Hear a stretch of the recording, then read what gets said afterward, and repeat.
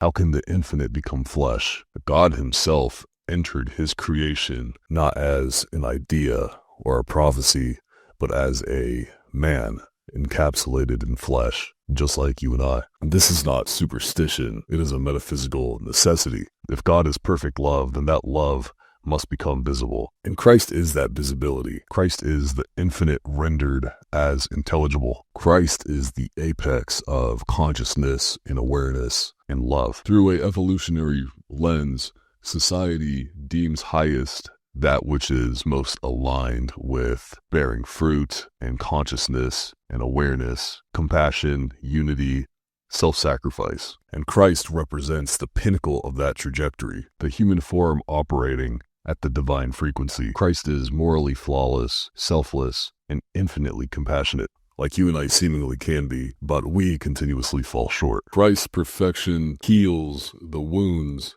that are brought by our wickedness, by our fleshly tone for destruction and selfishness. Christ embodies flesh to show that it's not impossible to be aligned with God, to be aligned with what is good, and to be in our fleshly beings. To make God as personal as he was able to, he encapsulated himself in flesh, perfectly personified, so you and I no longer need to anthropomorphize onto God, and instead we have a real, full man, full God at our fingertips, instead of having to abstract and feel that sense of falsity. The nature of Christ is complete alignment with Source. Christ is God's perfect self-expression. What Christ stands for, truth, resurrection, sacrifice, and compassion, are all innately derived from Source, are all innately the same spirits that come from God. Therefore, Christ is the closest and clearest possible expression of God in the realm of flesh. Christ is not a man filled with God like you and I can be, but Christ is God filled in man. Christ is the Logos made flesh. The infinite entered the finite, not diminished, but fracted. In John 1:14, it states, "The Word was with God, and the Word was God, and the Word became flesh." Christ is fully God and fully man, not half God or half man. It's a unity of natures in one person, not a union that dilutes either nature, not a union that dilutes either man or God,